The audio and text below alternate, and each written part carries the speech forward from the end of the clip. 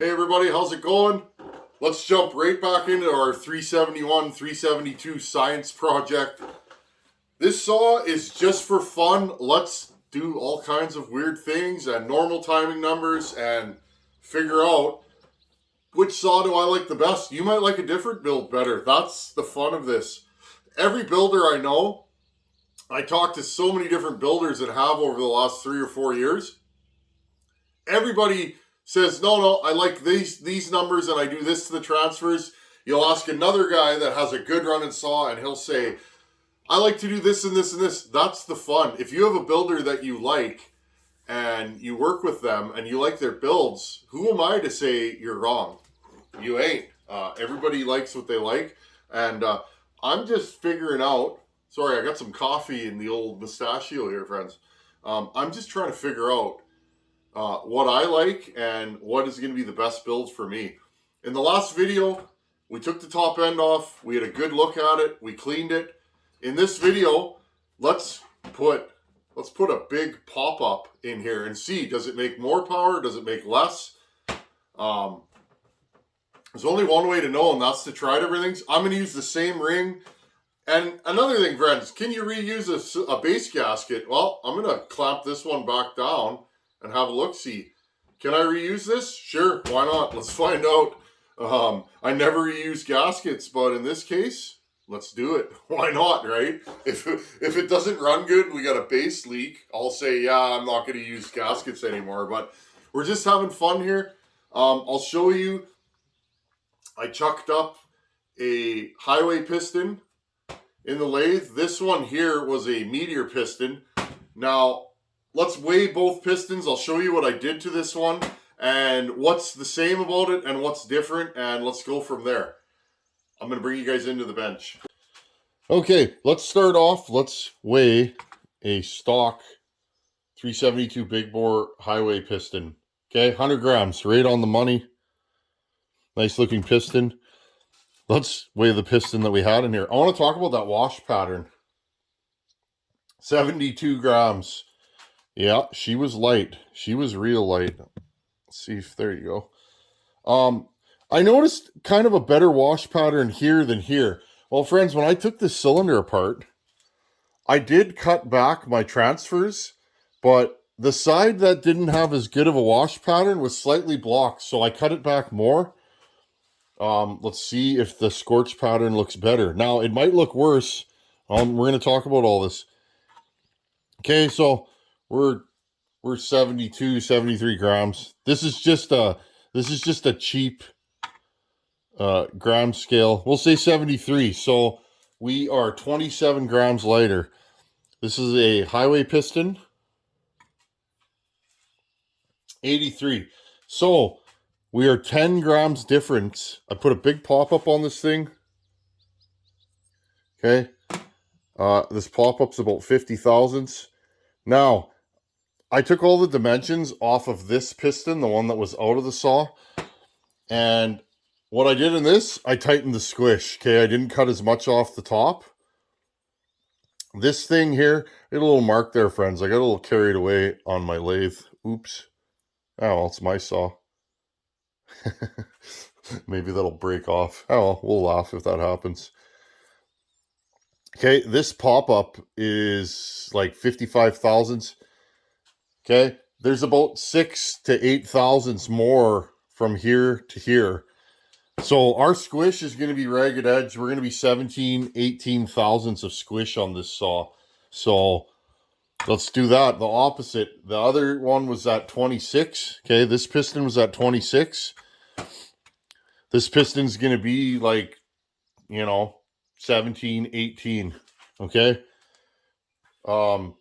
That should be fine. If it's not, we're going to tap the top of the piston. And if that happens, we're going to have a look. This is a science experiment. So we have 10 thousandths more weight. Is that going to change things? I don't know. Okay, let's start assembling this thing. And I'm going to put this piston with this super thin low tension ring. Look at this, friends. Oh, it's so thin. How did that not blow up? Okay. We're going to put the same ring that we used on this piston back in. I'm going to reuse the gasket. I'm going to get this cleaned up. I'll bring you guys back in and let's assemble a saw. Thought I'd try you guys like this. I still have the timing wheel on from the last video. And let's try it like that. Let's see if you guys can see the shots. Again, there's our piston. Just going to put the ring on. I'm not sure if this thing is going to time different. With the crown of the piston a little bit lower or a little bit higher, I should have less exhaust timing. So there will be a slight change, I reckon, in the exhaust timing on this saw. Okay, now everything's lubed up good in the bottom end, so I can pretty much just throw this back together. Everything's been cleaned. I've washed my hands. I put the one circlip in. Let's get this lined up here.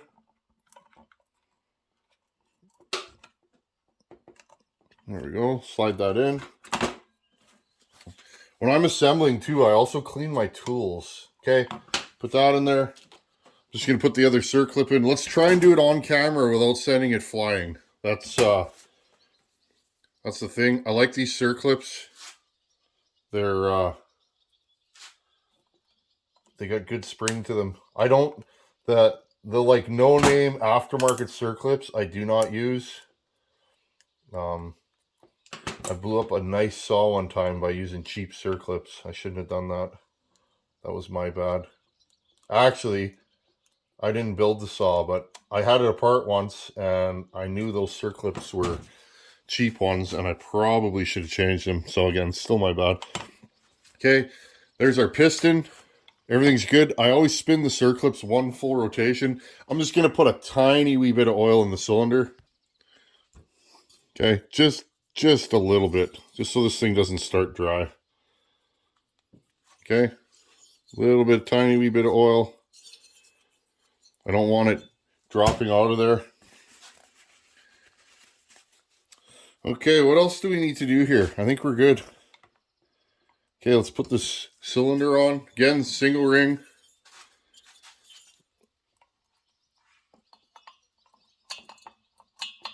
See if I can do this like a pro. There we go. Oops. Just want to wipe this down, friends. I saw something on there. Okay, I'm just going to wipe this down. And again, I'm going to reuse the same gasket. I usually won't do that, but we should put this top end on with Velcro because it's probably going to come on and off many times.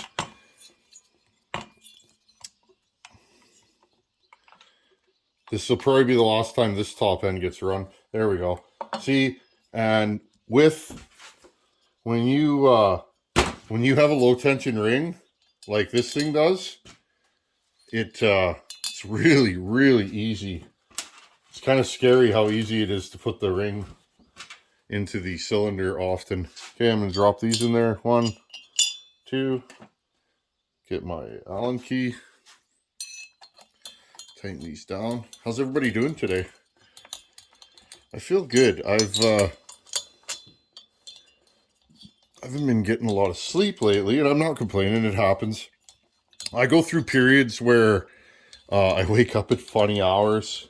I hear things, but other than that, I'm doing well. Took the baby out to a restaurant, like a nicer restaurant. We eat at local Greasy Spoons once in a while. Not often. We don't eat out much, friends. We cook at home. And I've been losing weight. I'm staying on... I'm not going to call it a diet. I'm going to call it a lifestyle change. Being off last summer was actually what I needed. Because my weight's gone up and down my whole life. It's just how I am. But I put on a lot of weight while I was off work. And... that was a good reminder, because when I went back to work, let me tell you, I have never felt so useless and out of shape in my life. I was having trouble tying my boots. So, anyhow, that's what's going on in my world. The pounds are coming off slowly. I'm not doing anything crazy. I'm eating properly. I'm exercising. Okay. Spin it over. Everything feels good. Our squish isn't touching. That's a good thing. Okay. Put the let's put our impulse hose on. Right down here. Impulse hose. This doohickey. Hope this view's okay. I'm always trying different views just to get you guys, you know, better shots. Just want you guys to see what I'm doing. Because if you can't see it, what's the point, right? And I mean, I'm sure a lot of you guys have worked on 372, 371s, super common saw. But there's always people, including me. I mean, I've worked on 365s. I own a 365. It's the same saw. But that saw's never been apart since I built it, just for porting. But I've literally never done anything to that saw. That saw's never had a wrench on it since I built it. So it's a good saw. I've cut a lot of wood with that thing. Not as much as, you know, a professional would, but let's put this on there. Those plastic pieces that go get this started. The plastic pieces that the bolts go into, those are to keep heat off the carburetor. I'm having a hard time with this. I probably could have done all this with the cylinder off too, I guess. What am I doing wrong here? Let's put the choke on. Yeah, our screw holes are there. Let's clip this thing into the, there we go. Put it down lower. Yeah, we all fumble sometimes.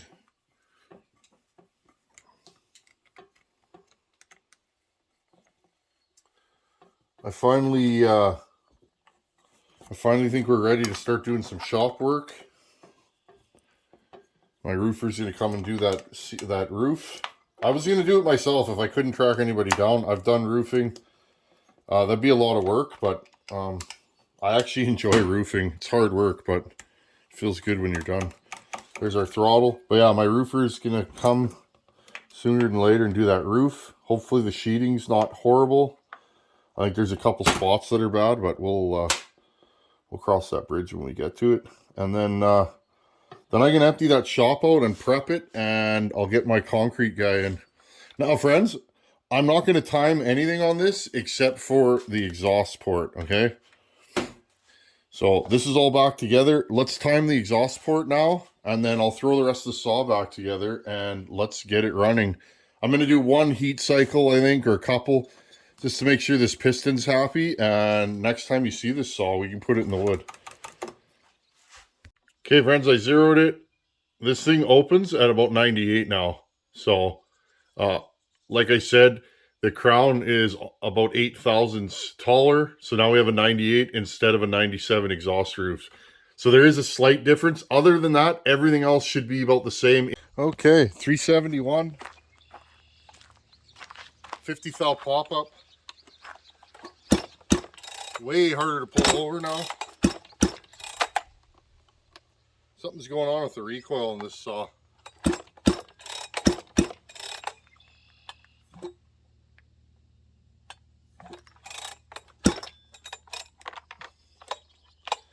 Yeah, I'm gonna have to look at the recoil. Anyhow, our squish is now 18 thousandths. So, you know, about 8 thousandths less than on the last build. Exhaust roof is at 98. And our transfers open at 123 now. So notice the exhaust opens 1 degree later and the transfers open 1 degree later. Interesting, eh? So we still have 25 degrees of blowdown. We just open our exhaust 1 degree later, and we open our transfers 1 degree later. Intake timing is probably going to be exactly the same. We can measure that in a later video. I'm going to have to dig into this recoil. Let's see how this thing runs now. It's definitely harder to pull over.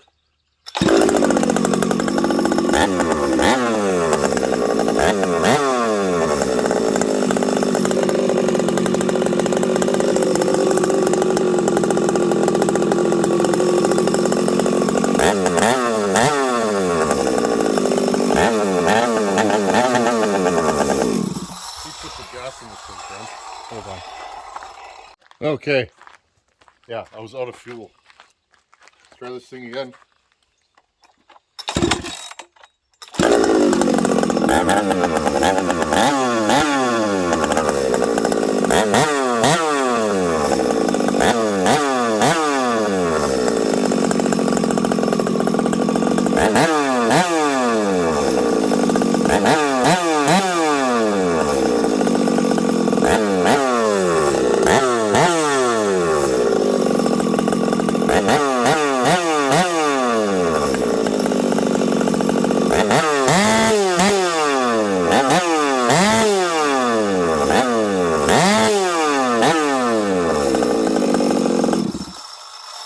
Nice, this thing sounds good.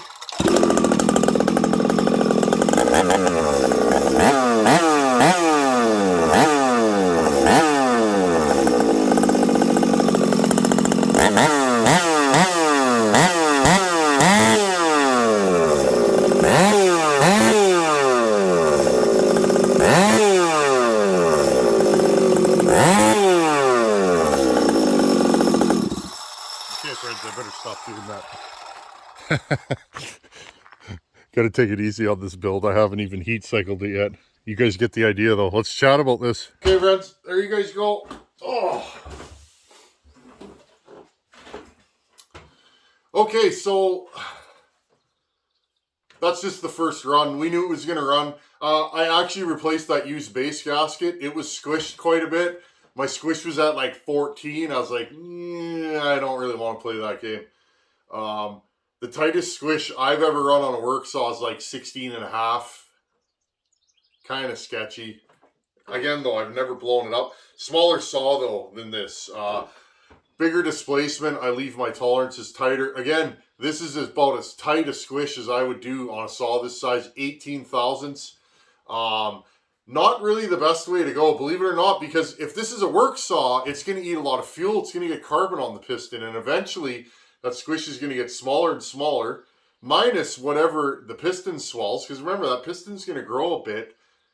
You could have a saw that tops the piston a half a year down the road, and you won't know why. Well, the reason why, when you get it back, is you'll have a layer of carbon on there. So I think 25 was better squish, but we're just horsing around, right? Now, I will say, the saw feels more energetic now. It feels like it's more alive. It's just got more...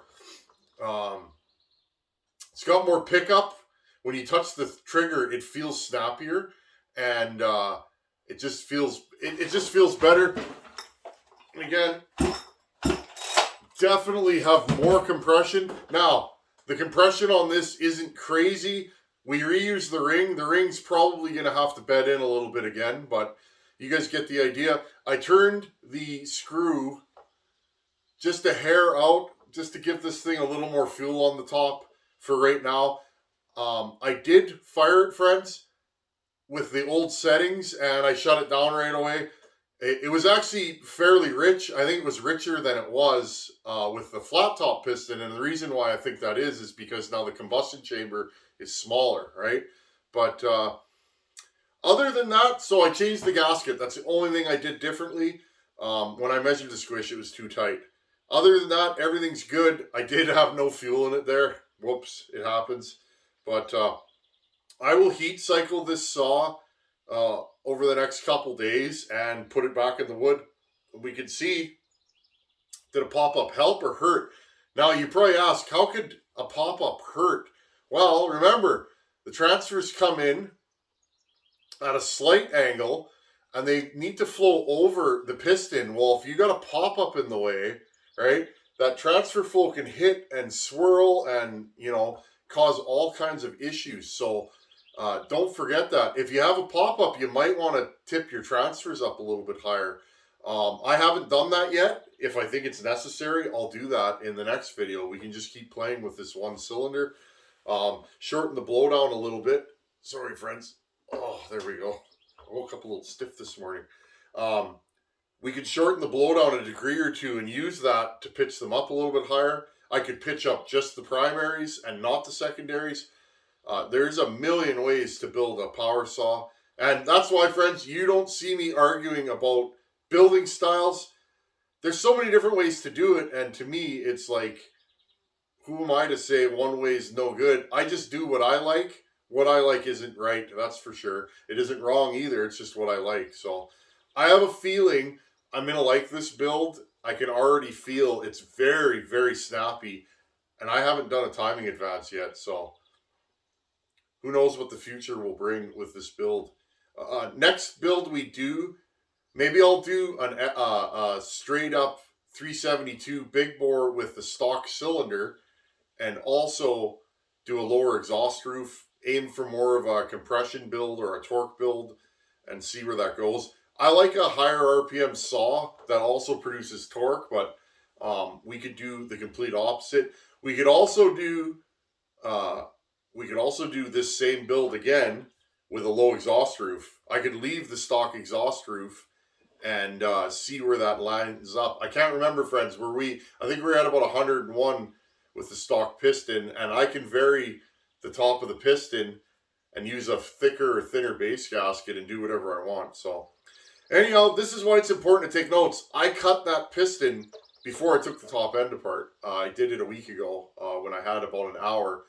I actually chucked the piston in a 4-jaw chuck. I have a little tiny wee 4-jaw chuck. I zeroed it one night, and then I went in the house, and then the next night I came out, it was ready to go, and I cut the piston. So using the specs that I wrote down from the original piston, so it worked out pretty good. I could still cut a little more off if I'm not happy with this squish, but 18 thou should be okay. It shouldn't tap, and when I say shouldn't, we don't know, right, friends? That rod's going to grow a certain amount, and so is the piston. Everything's going to swell. You never know where you're going to end up. So anyhow, this thing seems to, it pumps good, I will say that. So time will tell whether this is a better build. Now, one drawback to this build before I let you guys go, I bumped up the compression. This has higher compression than, say, here's a stock. Okay. This is stock 372 right here. Okay. It has higher compression than a stock 372. Okay. Already, once it breaks in, it'll probably bump up another 5 or 10 pounds. And also, it is a high exhaust roof, 98 versus, say, 102. This saw is probably going to pull 1,500, 2,000 more RPM, okay, out of the wood. It's probably going to cut at about 1,500, 2,000 RPM faster in the wood. That's hard on bottom ends and bearings. So keep that in mind. There's no free rides with these. And remember, they are air-cooled. The more horsepower you make, the more torque, the more compression, the hotter that cylinder is going to run. You have to decide for you, how long are you happy with your saw lasting? For me, I want them to last a long, long time. I want them to last long enough that I can't remember what's inside that saw other than looking at my notebook. That's just me. This thing's probably going to be fairly orangutan now, as long as my transfers are not blocked by that huge pop-up. That pop-up's almost 60,000, friends. So anyhow, thanks for hanging out. Thanks for watching. I hope you guys are enjoying the 372 content. I'm enjoying making it for you. I'll see you guys in a couple of days. It's time for question of the day. Today's question of the day comes from Sunny Neal. Sunny has a Homelight XL, and he rebuilt the carburetor and threw the saw back together, and when he pulls it over, it's spitting fuel out of the exhaust now. Said he took it apart and the diaphragm looks good. Now, Sonny, I don't know what kind of kit you used. We'll get into that in the second part of my answer. The first part, those typically have a Tillotson HS carb. The HS carb has a little tab on the metering lever with 2 prongs, and that diaphragm has a little nub on it that clips in, okay?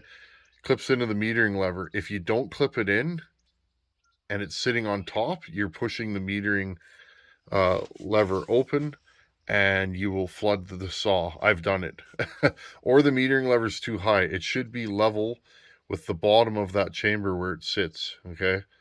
Not like this, not like that. It should be level.